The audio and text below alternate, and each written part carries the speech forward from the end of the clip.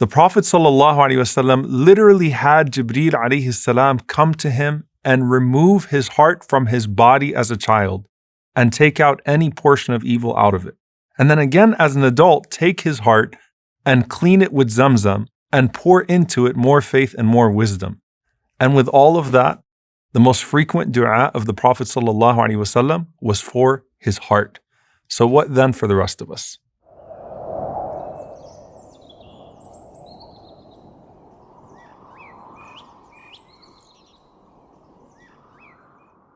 Our goal as believers is to purify from our hearts anything that contradicts the love of Allah subhanahu wa ta'ala.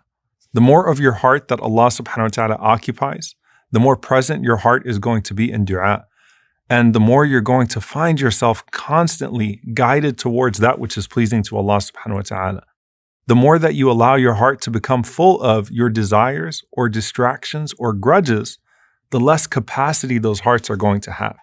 And so when you think about the du'as that you make for your heart, when you look at the Quran, of the first du'as that we find is رَبَّنَا لَا تُزِغْ قُلُوبَنَا بَعْدَ إِذْ هَدَيْتَنَا. Oh Allah, do not let our hearts deviate after you have guided them. Why? Because we know that the Quran is guidance. But just because your heart finds guidance at one point doesn't mean that it's going to stay upon that guidance. So, oh Allah, do not let our hearts deviate from that guidance after you have guided those hearts. But then as it relates to others, we also find وَلَا تَجْعَلْ فِي قُلُوبِنَا غِلًّا لِلَّذِينَ آمَنُوا. And oh Allah, do not let there be hatred in our hearts towards the believers. So think about it this way. The first dua is in relation to Allah. The second dua is in relation to our brothers and sisters. The first one is about guidance. The second one is about making sure that our hearts don't become weighed down with grudges. Now think about this hadith from the Prophet ﷺ. Abdullah ibn Amr radiyallahu ta'ala anhuma, he narrates that the Prophet ﷺ was asked, Ayyun nasi afdal? Who is the best of people? So the Prophet ﷺ said, Kullu makhmum al-qalb, saduq al-lisan. Everyone that has a pure heart and a truthful tongue. The Sahaba answered the Prophet ﷺ and they said, Ya Rasulullah, saduq al-lisan na'rifuhu. We know what a truthful tongue is. Fama makhmum al-qalb? But what is this pure heart that you're talking about? And he said, sallallahu alayhi wa sallam, huwa taqiyyu naqi la ithma fihi wala baghya wala ghil wala hasad. It is a heart that is pious and pure. It has no sin in it, no injustice, no malice, and no envy. And if you think about those du'as from the Quran, if your hearts do not deviate from the path of guidance, and if your hearts don't have hatred towards the believers, then you find your heart arriving at the station of being makhmum al-qalb, this pure heart that the Prophet ﷺ is talking about. Now, the greatest example of someone who was makhmum al-qalb and saduq al-lisan, had a pure heart and a truthful tongue, was none other than as-sadiq al-amin sallallahu alayhi wasallam, the honest and the trustworthy one. The Prophet ﷺ is always admired for the way he was able to forgive. And he was always admired for his truthfulness alayhi salatu wasalam, even by his enemies. And he didn't arrive at that station by accident. And that's why you find consistency with all of the people around him. That if you were to ask them, what was his most frequent dua? It was always a dua for the heart. Salama radiyallahu ta'ala anha was asked, O mother of the believers, what was the dua that you most frequently heard from our Messenger sallallahu alaihi wasallam? And she said, the most frequent dua of the Prophet sallallahu alaihi wasallam was, Ya muqallib al-qulub, thabbit qalbi ala deenik. O turner of hearts, make my heart firm on your path. Think about it.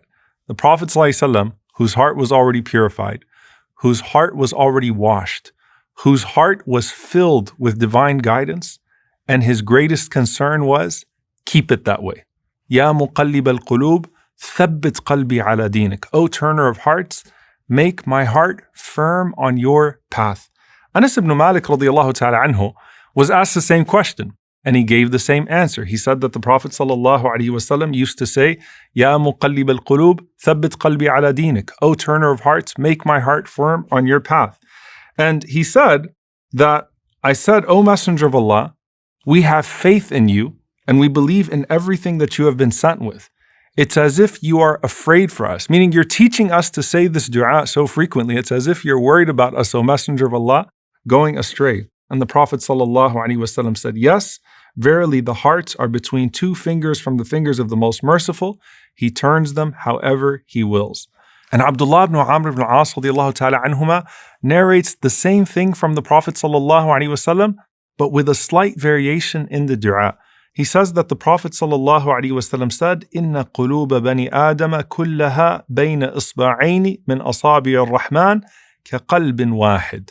That verily the hearts of all of the children of Adam are between two fingers of the fingers of the Most Merciful as one heart. Imagine all of the hearts of all of humanity, all in the hands of Allah subhanahu wa ta'ala. And the Prophet ﷺ said, يُصَرِّفُهُ حَيْثُ يَشَاءُ, that Allah subhanahu wa ta'ala turns those hearts as He sees fit. And then the Prophet ﷺ said, Allahumma musarrif al-qulub, sarrif qulubana ala ta'atik. Allahumma musarrif al-qulub, sarrif qulubana ala ta'atik. O Allah, the turner of hearts, turn our hearts towards your obedience. Now, subhanAllah, if you go back to the dua of istikhara, you're asking Allah subhanahu wa ta'ala with that same word, turn us away from that which is not good for us. Here you're saying, oh Allah, turn our hearts, using the same words. Turn our hearts towards your acts of obedience. And some of the scholars said, what we can deduce from the two du'as is that when you're asking Allah subhanahu wa ta'ala for firmness, for thabat, you're asking Allah subhanahu wa ta'ala to stay on the path of Islam and to keep you safe from that which contradicts Islam. And in this dua, in this variation of the dua, you're asking Allah subhanahu wa ta'ala to direct your heart towards the deeds that are pleasing to Him subhanahu wa ta'ala. And we learn from this, subhanAllah, that the Prophet ﷺ taught us that verily in the body there is a piece of flesh, that if it is good, everything else is good. And if it is corrupted, everything else will be corrupted. And he said, sallallahu alaihi wasallam, that that is the heart. Likewise, if your heart is not right in your dua, then what dua will benefit you in place of the dua for the heart? And the Prophet ﷺ also said that the parable of the heart is like a feather that is blown about by the wind. It turns over this way and that way. Meaning what? You have to have the right wind around your heart. And you have to ask Allah subhanahu wa ta'ala, the one who controls all hearts, to keep your heart firm upon this path. Now, by the way, subhanAllah, one of the best ways that some of the ulama mentioned to keep your heart firm upon guidance is to be someone who is concerned with the guidance of others. And we find that our Messenger alayhi salatu wassalam was constantly making dua for Allah subhanahu wa ta'ala to guide others. Remember when Tufail radiyallahu ta'ala anhu came to the Prophet sallallahu alayhi wasallam, and he was frustrated with his people of Daws, and he told the Prophet sallallahu alayhi wasallam to make dua against the people of Daws. And the Prophet sallallahu alayhi wasallam said, Allahumma hdi Dawsa, O Allah, guide Daws, wa'ti bihim, and bring them to me. Think about when you're making dua for someone that you love, when you're making dua for the guidance of another person, even if you're making dua for your children or you're making dua for someone from your family, and you have an angel that is appointed that says, Ameen wa laka bimithl. Ameen, and for you as well. It may be that your concern with the guidance of others that is born out of your reverence for guidance itself, and the concern that you have for your heart that allows for your heart to have empathy for others and want them to be spared in the hereafter, is the reason why Allah subhanahu wa ta'ala keeps your heart firm upon this path.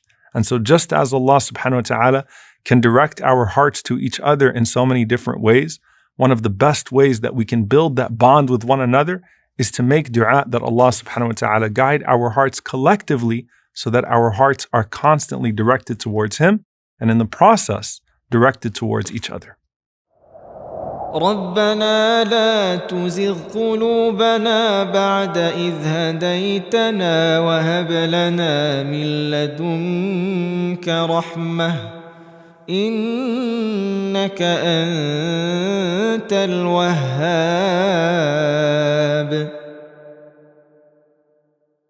ربنا اغفر لنا ولإخواننا الذين سبقونا بالإيمان ولا تجعل في قلوبنا غلا للذين آمنوا ربنا إنك رؤوف رحيم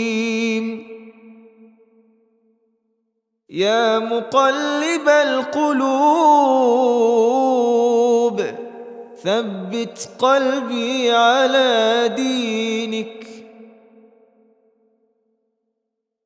اللهم مصرف القلوب صرف قلوبنا على طاعتك